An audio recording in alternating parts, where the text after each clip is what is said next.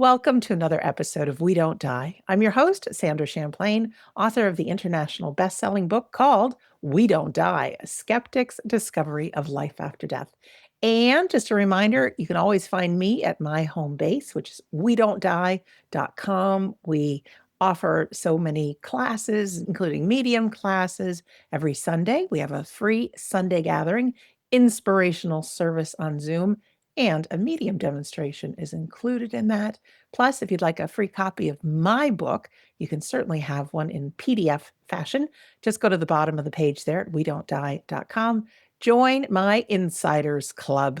In exchange, there's all kinds of good freebies for you. It says it's the first few chapters of my book. The secret is it's the entire book. Chapter 10 is one of the most important.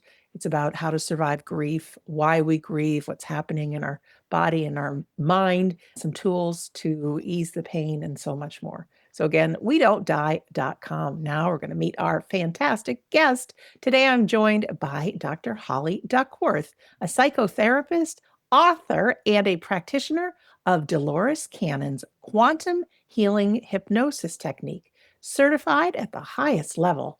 Her own spiritual journey began in a dark night of the soul before the work of Dolores Cannon changed her life and connected her to her higher self. Today, drawing from over 1,500 hypnosis sessions, she helps clients release subconscious limitations and find their purpose. She is the author of the powerful spiritual trilogy, including the books Finding Purpose and Finding Forgiveness, which share the profound spiritual wisdom and afterlife understanding she has gained from her practice. You can find out more about her at her website, which is awarecaredurango.com. Dr. Holly, welcome to We Don't Die. Hi, Sandra. Thank you. Thank you for having me. I'm so excited to chat with you. Very excited too. It's like a gift at a birthday or Christmas every time I get to do an interview. And I never know what's inside, but we know that it's going to be a great conversation about what we love and then making a difference. So tell us a little bit about you. Your website is a little clue where you live. You want Yes. That's Durango, Colorado, which is the far tippy southwest corner of Colorado. Still in the Rockies, because Colorado's all the Rockies. But we're nowhere close to Denver. We're a little tiny town out here, about 20,000 people, a tourist town. And it's a lot of fun. Yeah. And now tell us a little bit about your past and who you are and how you got into this incredible world. And then we'll move after like boys. And I love that your book title includes skeptic, because we're going to resonate on that topic. And that's part of my origin story. So the dark night of the soul that is referred to is I spent all of my early career in corporations. My bachelor's degree is in mechanical engineering. My master's degree is in management. My PhD is in psychology, so that's a little bit of the segue into QHHT. But I spent the early part of my career and really buttoned up corporate engineering, crossing T's, dotting I's work. And towards the end of 2012, my son, who was only 20 at the time, was arrested for a DUI. And at the time we lived in Phoenix, and there was a very notorious sheriff there who built tent cities for incarcerated people. And so all of incarcerated people would go into these tents in the desert. And that, instead of building jails, that's what they would do. That's where my very precious, naive son was for 21 days. Mixed in there with some murderers and some rapists and some really bad people that were very different than he had ever experienced before. So as you can imagine, as a mom, I was a nervous wreck. I was pacing the floor. I was pulling my hair out. I couldn't visit him. I could only have an occasional conversation with him. And in one of those conversations, he said, "Hey, Mom, I found this book in jail I think you'd really like." And it was Dolores Cannon's Convoluted Universe Book 4. Just randomly picked up. I had never heard of her, would have never heard of her. So, I just Amazon, click, click, got the book. So we'd have something to talk about at our next phone call. And I started reading this book, Sandra, and everything I ever believed in my entire life, there it was in print. I had never seen it in print before. I was never a religious person, but I was always a spiritual person. And there it was in print. And so I started devouring her books. And she only wrote 21 books in her career. So there's a few of them out there. If you've never heard of her, go pick up a book, any book by Dolores Cannon. They're all profound and they're all based on her hypnosis research. And so by the time my son got out, I had read about 5 or 6 of her books, and she was going to be having a weekend seminar. And I told my son, I'm like, let's go see her. Let's go be in the room. He was a fan by this time too. And so the 2 of us went to that weekend seminar, both for healing and for just retreat and to see Dolores Cannon and be in the room with her. Now, here's the skeptic part, okay? Because I was an engineer, I was left-brained, and I had so much respect for her research. She wrote a couple of books on Jesus because she had a client that regressed to a past life as the rabbi that gave Jesus and John their bar mitzvah. She had written books about Nostradamus. She had written books about alien people that came here to start life on Earth. She had just written all of this amazing amount of material and done so much research in addition to the hypnosis work. So I had questions for her about her research. But this whole time I'm thinking, that hypnosis stuff is not going to work on me. I respect her. I love her writing, but it's just not going to work on me because I'm this buttoned up engineer, left brain person. So I go into that retreat with my son and thinking this huge amount of skepticism. And of course, she would put 200 people into hypnosis simultaneously in these hotel ballrooms. And that's where we were. And so, but I'm going to play along out of respect. I'm just going to just go with the flow. And it was like a 3-day thing. And the first day she did past life regression. And then she'd do meet your spirit guides. And then she'd do future life and just do these different journeys. But the first one was past life. And she gets us into hypnosis. And I look down and I'm like, I'm in a past life. This is working. This is really working. I was an African-American woman in probably the 19 teens in St. Louis or Chicago, some big city kind of thing, and just living her ordinary life, hanging laundry in the backyard and having kids. And at one point, I was experiencing myself as her cooking bacon. I could smell the bacon. It was like completely visceral. And so she pulls us out of that hypnosis. We go all the way through that woman's life up to looking at myself in the casket. And she pulls us out of hypnosis. And I'm like, oh my gosh, this stuff works. This really works. Like I'm going to run up to the stage and tell Dolores Cannon, who's only been doing this for 30 years at this point, did you know this worked? Anyway, the whole weekend was so profound. That was in January. I was in training in February, and I've never looked back. How many years? So that was 2013. So 12 years now. Yeah, almost 13 years. Yeah.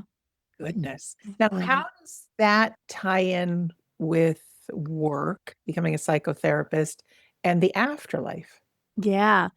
So, the psychology thing is not required, certainly, to do quantum healing hypnosis technique, but it does help me work with the hypnosis, working with altered states of consciousness, working spiritually, helps me work with my psychotherapy clients as well. Although most QHHT practitioners are not psychotherapists, and that's okay. That's fine. But when we go into quantum healing hypnosis technique, number one, we generally have what is called a past life experience. Now, I often say I'm a past life regressionist that doesn't believe in past lives. Let me explain. So if you think about it, time is an illusion. And so our past lives, from a spiritual standpoint, spirit, the higher self, I use the term higher self. You could call it soul, oversoul, consciousness, super consciousness, pick a word. They don't care. It's the true aspect of you, okay, the eternal aspect of you. That's who we're talking to in a quantum healing hypnosis technique session. But before we talk to the higher self, we usually have some sort of other life experience. I prefer that term than past life because they're all happening now. And so through those past life experiences, we begin to realize how this life isn't it. It's not one and done, right? Our soul is having many, many, many, many, many different experiences, different planets, different kinds of experiences as animals, as inanimate objects, as rocks, as trees, as rivers, as clouds, as mountains, as stars, as planets. And so our soul is having all of these different kinds of life experiences. So I think that helps my clients understand that this isn't it. They aren't just that one teeny tiny little monkey suit, I call it. That's what this is. This monkey suit isn't all we are. Okay. We've had lots and lots and lots of different kinds of experiences. So that's one way it's connected to, for the client, for their visceral understanding that this isn't all I am, this one incarnation. But then also, a lot of clients come in asking to be connected to past loved ones. If they can, if the higher self can connect. And absolutely, it's like ridiculously easy for us to connect with loved ones that are no longer in their body through QHHT. And so oftentimes my clients will have very specific questions about their loved ones, about a certain experience or a certain situation they want some sort of resolution on. Usually it's something about forgiveness, some sort of regret they might have had with that person. And then a lot of times my clients will just have curiosity questions. Where are you now? What's it like? Tell me about it. And so when we connect, and then they'll also, the third most common thing is they'll want some sort of message. Do you have some sort of message for me? And I would say, Sandra, probably about 60% of the time, maybe more, 70% of the time, we make this connection. The higher self will say, yes, it's very appropriate for mom to come through or for Jeff to come through or whomever, right? And then I can speak directly with Jeff or mom or whomever to get the client's questions answered because we're all higher self. From the other side of the veil, the separation isn't so distinct. I say it's more like jello than concrete in terms of the connectivity of different aspects of consciousness. And so that makes it really, really easy for a specific soul or aspect of consciousness to come through in a session. But about another 30 to 40% of the time, what the higher self will say is, no, we can't really connect with mom today because mom has moved on. And then my follow-up question will be, oh, what's she moved on to? And then they'll tell us that basically she's busy with a different mission, with a different focus, and really doesn't have the ability to connect with us in the way that we can connect. So I've talked to lots and lots and lots and lots of people that are on the other side of the veil that my clients want to connect with through QHHT, and it's super easy. We like super easy. Oh, now here's the question. I think people are wondering, how do we know you're really connecting with them? It's not just the person's imagination. Because sometimes if you go to a good medium, and hopefully if you go to a good medium, you're hearing evidence that number one, they shouldn't know, but also there's sometimes evidence that even the sitter doesn't know. They go back and check and it's reality. Mm-hmm. How do you know that you're actually speaking with those on the other side? Yeah. So two ways. Number one is like that medium thing. Like if my client has a question of, tell Jeff I'm sorry, okay, then a good QHHT practitioner, just like Dolores Cannon herself, is a good questioner. That's how we hone her skill, is they're asking questions. And so I'll ask, is it appropriate for Mary to connect with Jeff? Yes. Can we bring Jeff? Can I speak with Jeff directly? Yes. Thank you. Jeff, Mary wants to make sure that she's forgiven. Do you forgive her? And of course, Jeff always says, yes, of course. And so then I'll follow up with, oh, forgive her for what? What are you forgiving her? I don't know. I don't know what the situation was. She didn't share it with me. Okay. But yet, Jeff will speak to us very specifically, and then I'll go into all of the nooks and crannies that Mary may or may not know about from Jeff's perspective of what is being forgiven.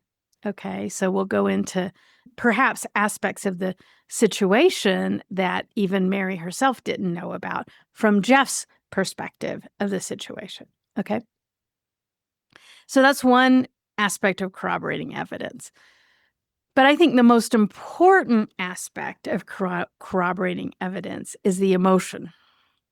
QHHT sessions are hugely emotional.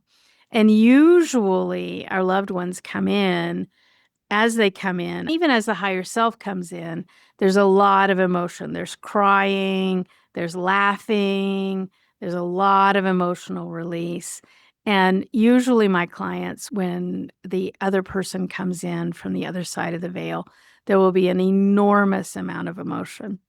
As a psychologist, I happen to know you can't fake emotions. Of course, actors act emotions all the time, but you can't, even an actor isn't actually feeling the emotion in that moment. And then when I pull my client out, I'm like, oh, how was that when we connected with Jeff? And they'll usually start crying again and go, oh my gosh, it felt exactly like he was in the room. It felt exactly like him. It was that same. And they'll describe all sorts of, I felt like I was safe, or I felt like I was at home, or I felt like I could be myself, or however they have resonated emotionally with that person is how they will literally feel the same emotions that will arise.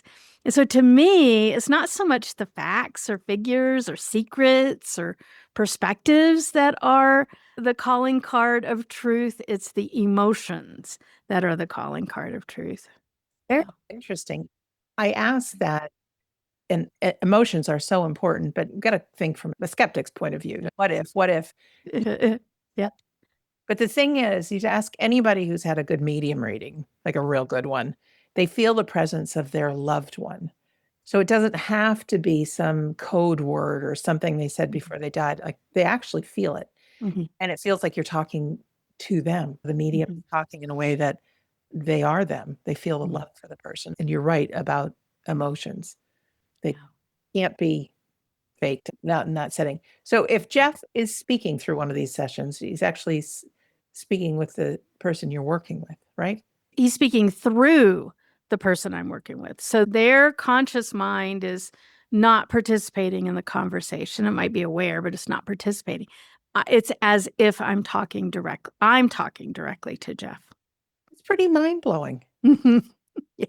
How long is one of these sessions? Because I can't imagine it quick to get somebody to date, because they have to trust you.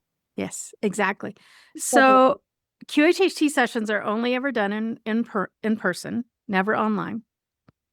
And Good to know. yeah, and they're 5 to 7 hours. You'll only ever have one session. So the client comes in, all the questions they want to ask the higher self. So usually these are questions about physical health. That's most of my clients. They want some sort of physical healing, which is done. Emotional health, of course, life decisions, connecting with loved ones, spiritually oriented questions, relationships. It doesn't matter. And then we spend a couple of hours in the morning making sure that I understand not only the questions, but the context around the questions.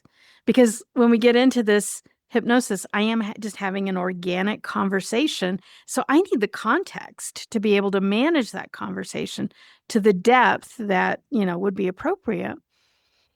And then we go into the hypnosis. The hypnosis alone is 2 to 3 hours. And it just takes that amount of time to develop that deep of a trance to get to where we need to get. Clinical hypnosis is like, it's like apples and oranges. I don't even know that you could compare it to QHHT. Clinical hypnosis is usually a 1 hour appointment. Usually, so you got 5 or 10 minutes in the beginning for some paperwork or meeting the doctor. Then maybe 20 minutes or 30 minutes in hypnosis. And then, another 10, 15, 20 minutes of debrief. I'm not even warmed up in 20 minutes. It's like we're not even relaxed for 20 minutes, much less in hypnosis. It's a good hour to set the trance that we need to set to get to the other life experience. And then another hour beyond that to get to the higher self. So it's an enormous luxury of time, but that's what's required to get into that really deep level of trance. We audio record everything that happens in the hypnosis. Sometimes clients are aware of what transpired, sometimes they're not. It's like a dream. It's like you're a little in and a little out. Maybe you think you remember some stuff, and then you'll listen to the recording and go, okay, I do not remember saying that. And then just like a dream, right after they come out, like it just evaporates. Like all those neurotransmitters are just flooding the brain, just like in dream state. And so even if you think you remembered it, it's going to evaporate super, super quickly. Most people don't remember what happened. And so then working with that recording, listening to that recording over and over and over again, working with the information that came through, honestly, for years to come after the session, that's the work that the client leaves with. Yeah. Incredible. This is a conversation I have never had before.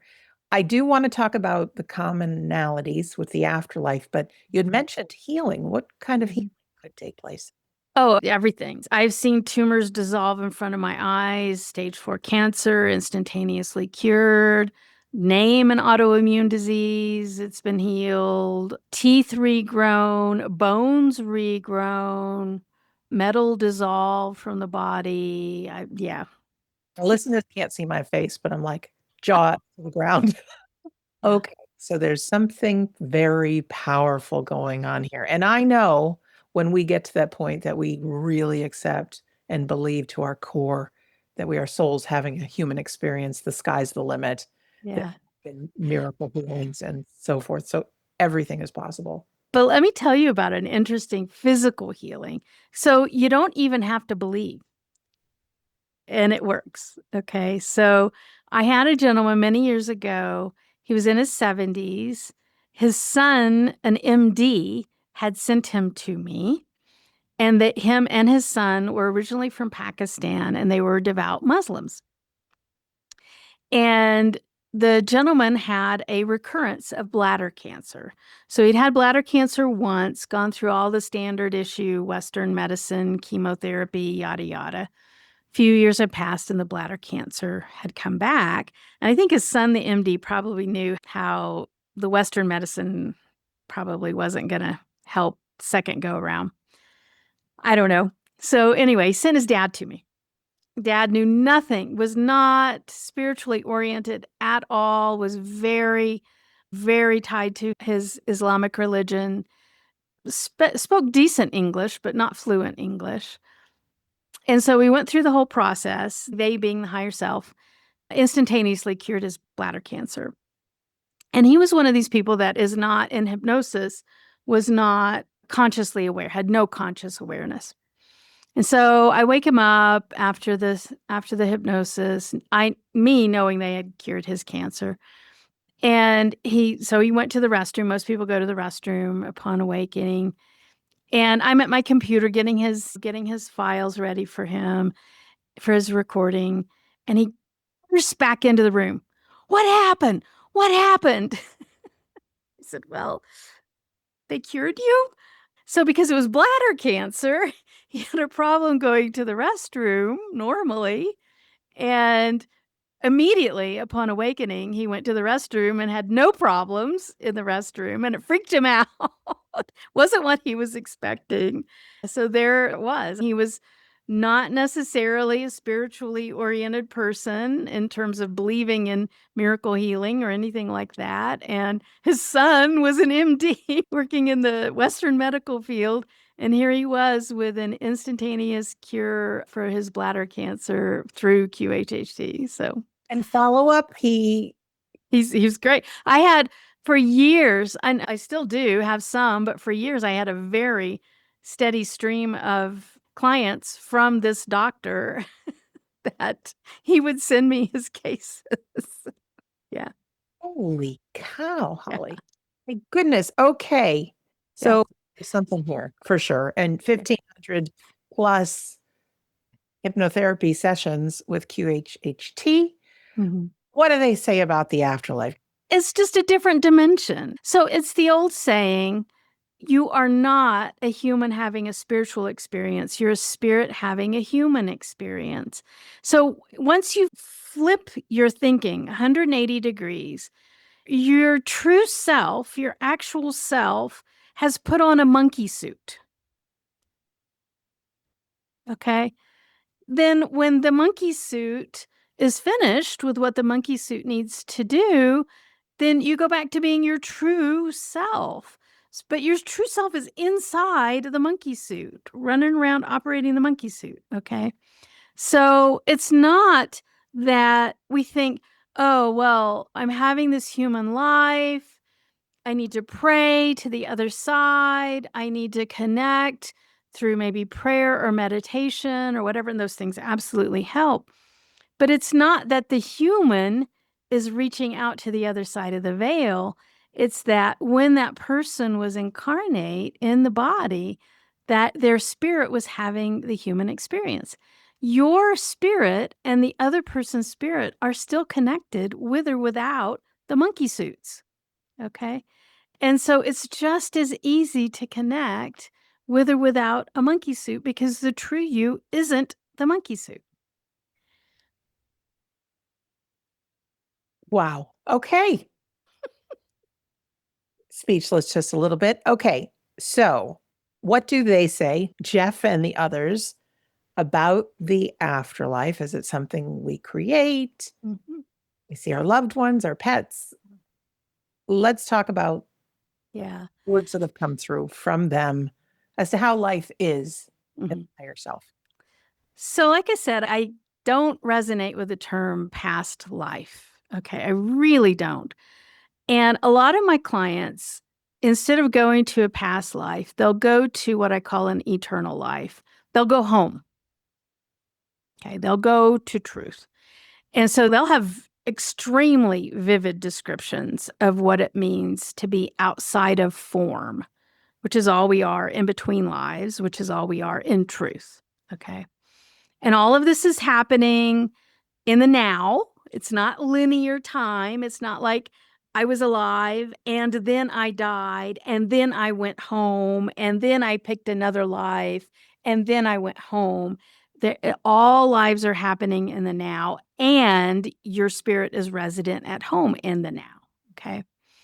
And an eternity is not a really, really, really, really, really long time. Eternity is timelessness. Okay. It's outside of time, which is where our truth resides, which is where we really are, is outside of time. So a good way to wrap our head around it is that this that we're in right now and our inside our monkey suits is like the holodeck on Star Trek. It's like a hologram. Like we come in to play this game called life for a little period of time for some sort of purpose and some sort of lesson with others that we've done things with before and in other series of the holodeck.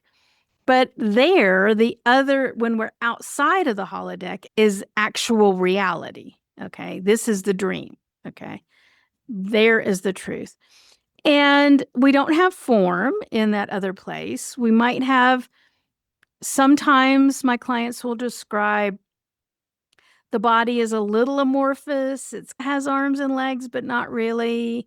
It might have color, it usually has some sort of color, some sort of emotion. It definitely has a feeling about it. So, in woo woo terms, we might say a vibrational frequency. That's how everybody recognizes everybody.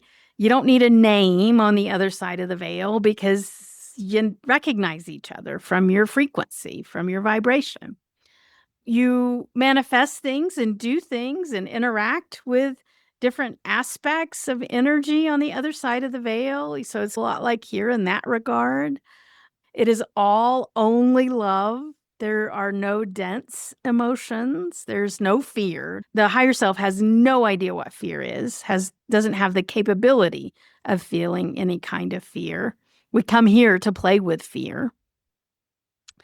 And then, like, for example, right after the passing, even if it is a past life that my client goes to, Dolores felt it was really important to take the person in the other life through the death process.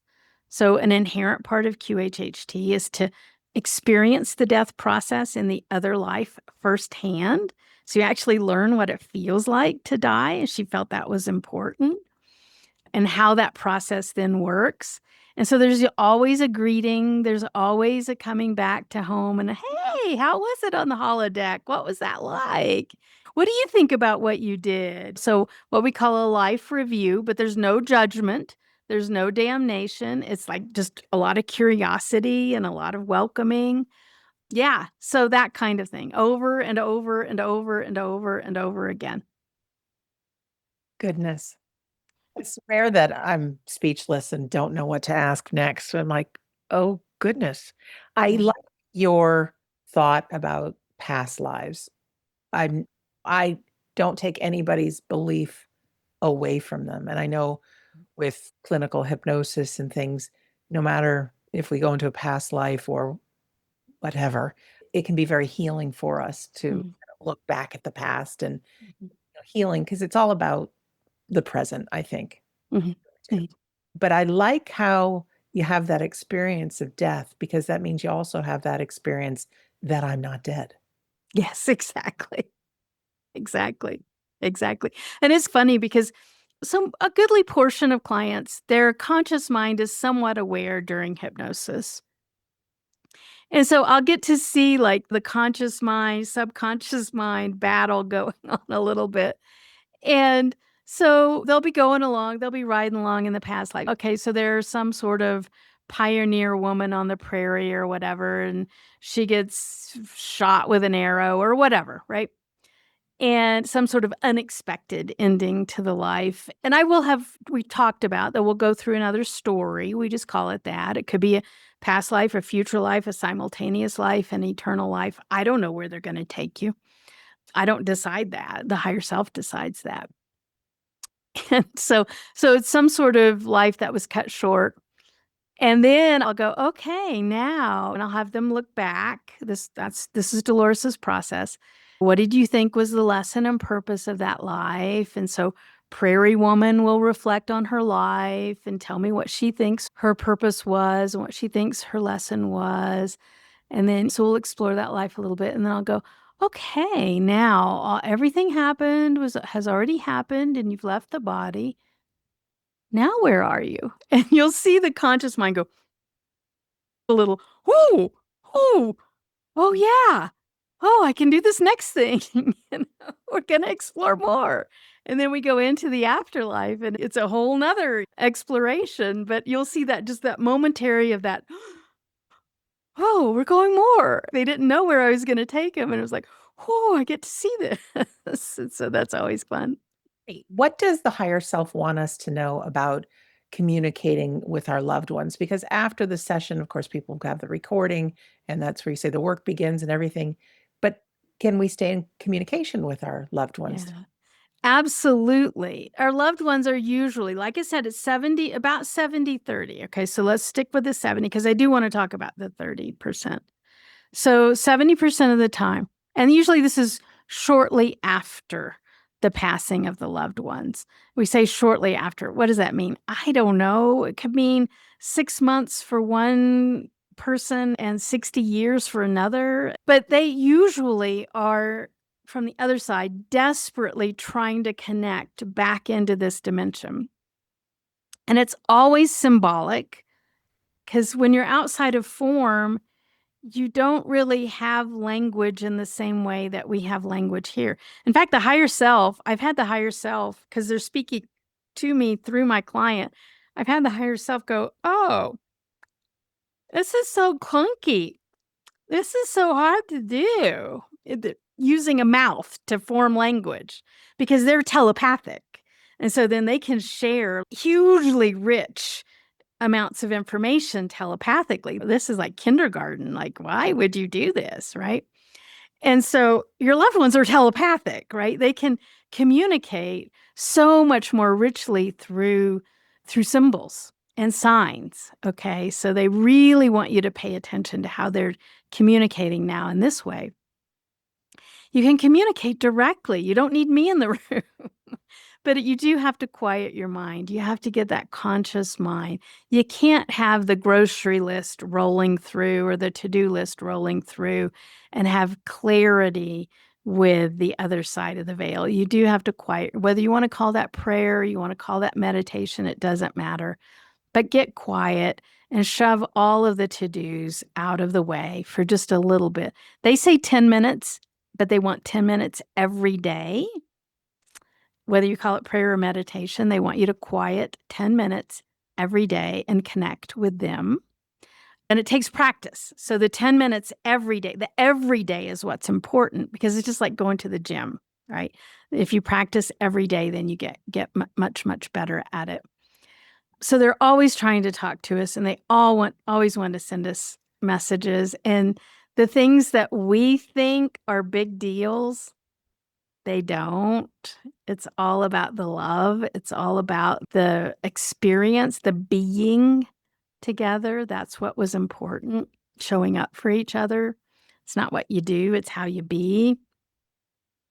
But I do want to talk about those 30%. So, and it's a guesstimate, but about 30% of the time when my clients say, "Can I connect to Jeff, or can I connect to," the answer is no. And the reason is because Jeff's on his next mission. He's busy, focused elsewhere. And so if some of your listeners are disheartened because they've tried and tried and tried, and they've done all the right things, and maybe they've even gone to mediums, people who specialize in this, and there's nothing there, it's because they're busy. They've got excitement. It's because their soul is focused on some other mission somewhere else. And that's important. And then you can focus on your adventure and your experience in the here and now. Okay. Next question. I do want to talk about your books, etc. But living in the monkey suit, we love monkeys, by the way. We do. We do. Just go, hey, I'm going to keep picking on the monkeys. Anyway, love you, monkeys. This life incarnation, whatever, being in the monkey suit, it's tough. It's painful. Rocky road. There's some joy, yes, but it's tough. And we live in this mind that never shuts up. It's not just the grocery list. It's worrying about the future, guilt about the past. What's the big answer to why? What does the higher self get by stepping in and participating in life? Yeah. So first of all, I think it's really important. I have never, ever found any evidence of forced incarnation. No one sent you here that wasn't of your soul's own volition. So your soul always chose to be here. Your soul chooses your mom, your soul chooses your dad for a reason. Your soul chose this time. Your soul chose an incarnation in the United States as opposed to Uruguay or whatever, wherever, for a purpose and for a reason. So all of that was very intentional in terms of this incarnation. But we all come in with a purpose and a lesson. And that's actually my first book in the trilogy is Finding Purpose. surprising wisdom from the higher self. And so we have a purpose for being here. And what I found in that book, so when I first started QHHT, it freaked me out how everybody's questions were the same, mostly. And of course, what is my life purpose was on that list. And then what really freaked me out when I started becoming more aware of the answers is the answers were the same across people that did not know each other. And I'm like, oh, so there's actually a limited number or limited kinds of purpose that we come into this kind of incarnation for. And so I actually only found 4 kinds of purpose. So purpose as experience. So there's some sort of experience that your soul wanted, okay? It could be an experience like to be a mom or to be a dad or to be in battle, or to be in a war and know what that felt like. Some sort of experience on the holodeck that you can't get in eternity, okay?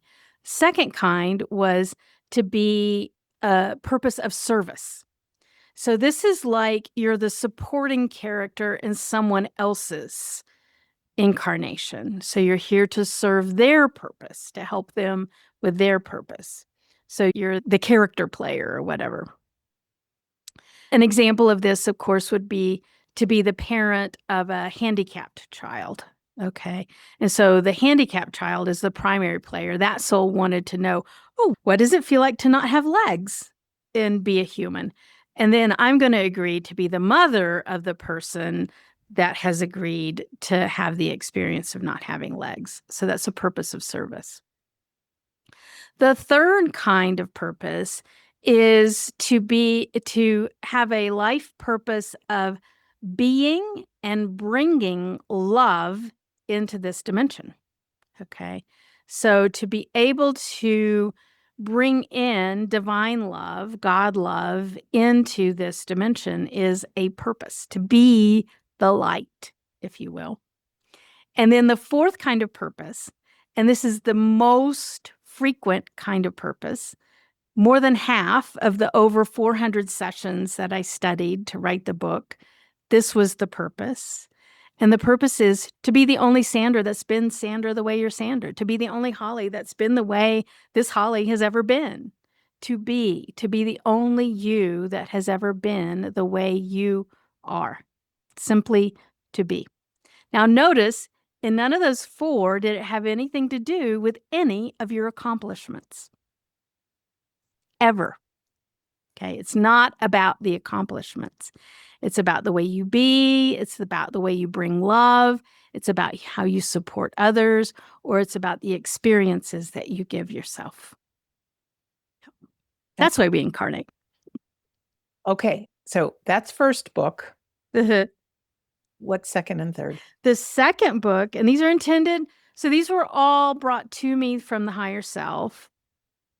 And a lot of I share a lot of QHHT session stories, a lot about my clients, of course, given anonymity and privacy. But the material came to me through the higher self, okay? So the second book is Finding Forgiveness, Surprising Healing from the Higher Self. We talked about all of that physical healing. Most of that physical healing happens through forgiveness. And most forgiveness is self-forgiveness. And so there's aspects of self-forgiveness that we need to focus on. Now, everybody tells you need to forgive, and everybody even tells you need to forgive yourself, but nobody tells you how. How do you forgive? And so that book is a how-to on forgiveness. It's a 4-step process that the higher self gifted me of how to forgive. Is it as easy as just saying, I forgive myself? No, there's a little more involved there. And so there's a 4-step process: see, accept, release, and move that book goes into, which is the how-to on forgiveness. Okay. And then brand new, so the last in the trilogy, they're intended to be read together as a trilogy, is Finding Gratitude, Surprising Growth from the Higher Self. And this is a really interesting subject that I was completely aware of until the higher self gifted me. But we come in for soul growth through those 4 kinds of ways, right? What our soul is gaining through the experience or the service or the love or the being is growth. Your soul learns that your soul is not omnipotent. Your soul is not God. Okay. And your soul is growing and learning through these kinds of incarnate experiences. But what I didn't realize until this book came to me was how important living in a state of gratitude transcends into that soul growth. So, how we live while we're wearing the monkey suit translates into greater, richer, more advanced soul growth.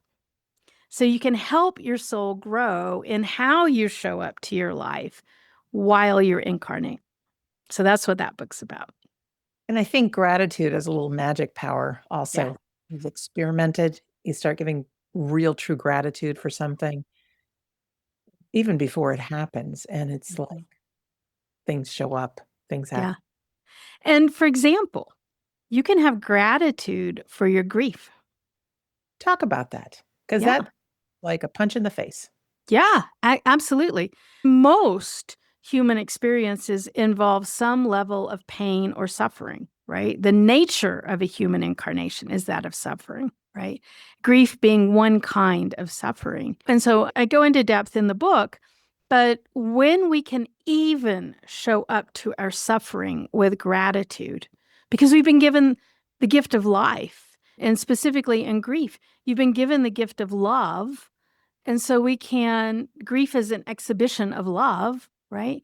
And so we can even have gratitude in that moment of pain, in that moment of suffering. And then that can help transcend that suffering into even greater soul growth.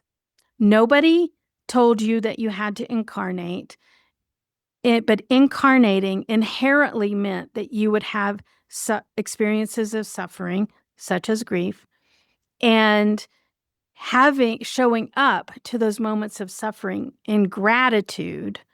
Okay, that's not an easy thing to do. There's some practice there. We need to exercise our gratitude muscle to get to that point. But once we have the ability to even experience our suffering, such as grief, with gratitude, that means that our soul is having that soul growth experience that it wanted through the incarnation to a greater amplitude, to a greater depth than it would have if we were like trying to squash the suffering or run away from the suffering or ignore the suffering. We don't wanna suffer. I know that, and I also know that the greatest growth we get or those opportunities we have to make a difference for another all come from our suffering. Any of us can look back and we might have done some amazing things, but where did it start? It started from some Yeah. pain and suffering. And the way I look at love is a huge gift to have it. And the more grief we feel, it just shows how well you've done with love, and I know that all sounds like, "Yeah, Sandra, I'm grieving now," and that's the last thing I wanna hear. That's why I said it feels like a punch in the face. When I first heard the term "the gift of grief," I wanted to kill whoever came up with it. Right, right, right. And there is a time from a psychology standpoint, I have to offer this up. There's a time and a place. And so you can be kind to yourself and allow yourself the time to be able to process things like gratitude. And so if you can't get there now, it's because it's not time to get there now, and that's okay. Well, thank you. Holly, you've given us a lot to chew on here and to investigate and explore. I do wanna ask you about the safe and sound protocol for Mhm. therapy. What is Yeah. talk a little bit about that? Yeah. So this is a therapy primarily for people that are healing from traumatic experiences or from trauma or even from diagnosed PTSD. And so there's a lot of things that show up in our life that a lot of us don't recognize as trauma, but it is. So for example, scientists are beginning to now understand that ADD and ADHD are actually symptoms of trauma. And so there's lots of things, of course, loss being one traumatic experience in our life. And if we can think back, even the birth process as a human is traumatic. Most of us have trauma stored in our nervous system that we may or may not be aware of. Okay. And so what Safe and Sound Protocol, it works on the nervous system. It is a physiological healing, not a psychological healing, but it heals the nervous system using what's called polyvagal theory. So we're just using the vagus nerve to help restore the balance and tuning of our nervous system. And all it involves is listening to specially tuned music with over-the-ear headphones that actually trigger a specific nervous system response, a very restful, a very relaxing nervous system response. Because a lot of people that have experienced trauma in their life, beknownst to them or unbeknownst to them, what happens is their nervous system gets stuck in fight or flight or freeze and seize. So their nervous system gets stuck in this repeated loop of looking for danger, looking for the next terrible thing to happen, looking for the next trauma. Their body is on high alert. And eventually, when you do this for just even a few months or a few years, the ability of your nervous system to go back into a restful, relaxed state atrophies.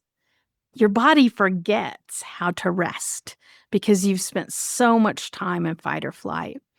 And so this music then, as a nervous system stimulator to push your body back into that restful state, it's like going to the gym for your nervous system.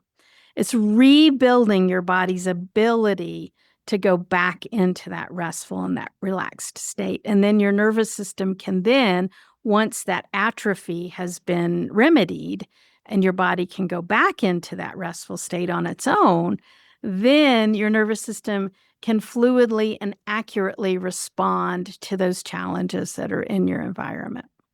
Interesting. Is that something we need to go to a therapist for? Is it something You do. Yeah. Yeah. Now, it's all remote.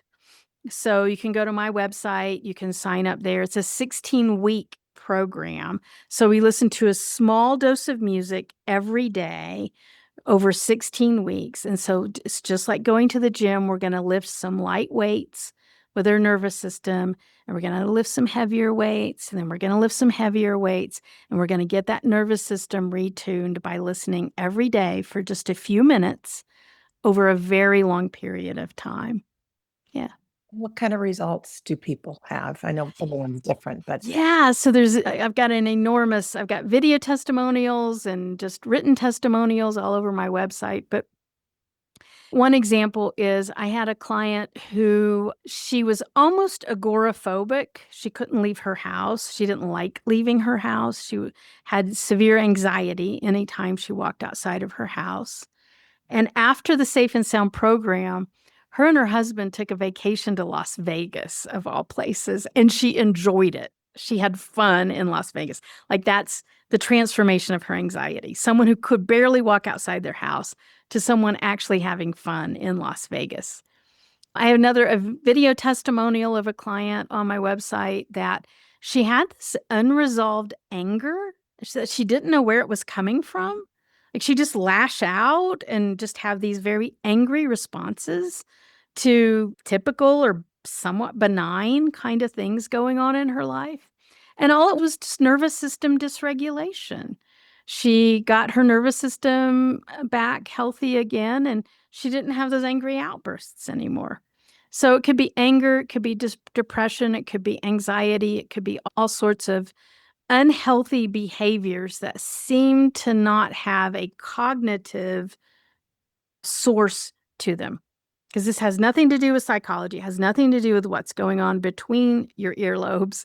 It has everything to do with the nervous system and how, as a mammal, our nervous system responds before our thought processes respond. And so a lot of times, some people might have had experiences with talk therapy and they'll go, that didn't do any good. Well, if you're trying to do talk therapy when your nervous system is dysregulated, it ain't going to work. We only have neuroplasticity. We're only capable of learning new things when our nervous system is regulated. So the first step in therapy is to get your nervous system healed. And then we can go into talk therapy and get some benefit out of it. That's really great. Yeah. As human beings, we make ourselves wrong for things, and it could be something like that. Yeah. Tell us about your website. What else we can find there? Yeah. So it's awarecaredurango.com. And I'm sure you'll have the link there. I do psychotherapy, I do QHHT, I do safe and sound protocol. And so QHHT appointments are usually booked out several months in advance. So if you're looking to have one with me, you'll have to come to Durango, Colorado, and it'll probably be September or October before we can get you in. There are QHHT practitioners all over the world. You can go to QHHTofficial.com and you can search for practitioners by location. I'm a level 3 practitioner. There's only about 40 of us or so in the world. And level 3 means we are certified to be practicing exactly as Dolores Cannon herself did. There's lots of other level 1s and level 2s out there. I would say if you're going to a level 1 or level 2 practitioner, ask them one question, and that is, do you practice exactly as Dolores Cannon did? And there's only one right answer. So, yeah. When you first go onto my website, the little pop-up box there will have a poster you can download for the top 10 subconscious limitations. And so we can help you work on those subconscious limitations. If you don't have trauma, if you don't have grief in your life, then we can. There are other subconscious limitations that might be keeping you from your best life ever, and we can help you work through those. Wow, Dr. Holly, thank you. One last question. Tap into your higher self. This could be the only time that someone sees you or hears your voice. They're struggling now. They're experiencing grief. What would a message be that they can take from you for today? Yeah. So I would suggest connect with spirit, recognize your own higher self. You have that connection, you have that ability, and all it takes is a little bit of practice every day, quieting your mind. Whether you want to call that prayer or you want to call that meditation, it doesn't matter. What I've been told from the higher self, meditation is listening, prayer is speaking, is asking. So they're two sides to the same coin, but it's about sitting in silence, sitting in mental silence for just 10 minutes a day, but every day, and connect to your own higher self. Amazing. Thank you, thank you, thank you for being Yeah. today. Yeah. Thank you, Sandra. It was such an honor to speak to you and to get to share with your audience. We're so grateful. And for our listener, check out Dr. Holly's website, awarecaredurango.com, and her books you'll find there, including Finding Purpose, Finding Forgiveness, and the Gratitude book as well. And as a reminder, come visit me, wedon'tdie.com. It's a good home base for past episodes. You can come to our Sunday gathering. Like I said, you can get a free copy of my book. And as with any interview that I do, listen to your own higher self. I know there's a lot of people out there and they say a lot of things. Your higher self will guide you in the right direction for your life and your soul. So don't forget that. Check within. If anything ever sounds like, ooh, I don't know about that, you don't have to adopt it. Or if something sounds like, oh my gosh, that really resonates. Yeah, adopt it. We're here to empower you, as is your higher self.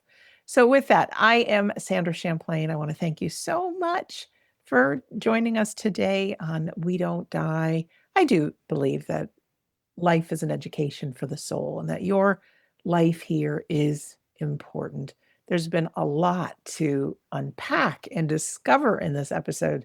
So I don't know if you're like me, you just want to listen to it all over again, write some things down. But I really want to thank you for listening or for watching, and we'll see you again soon.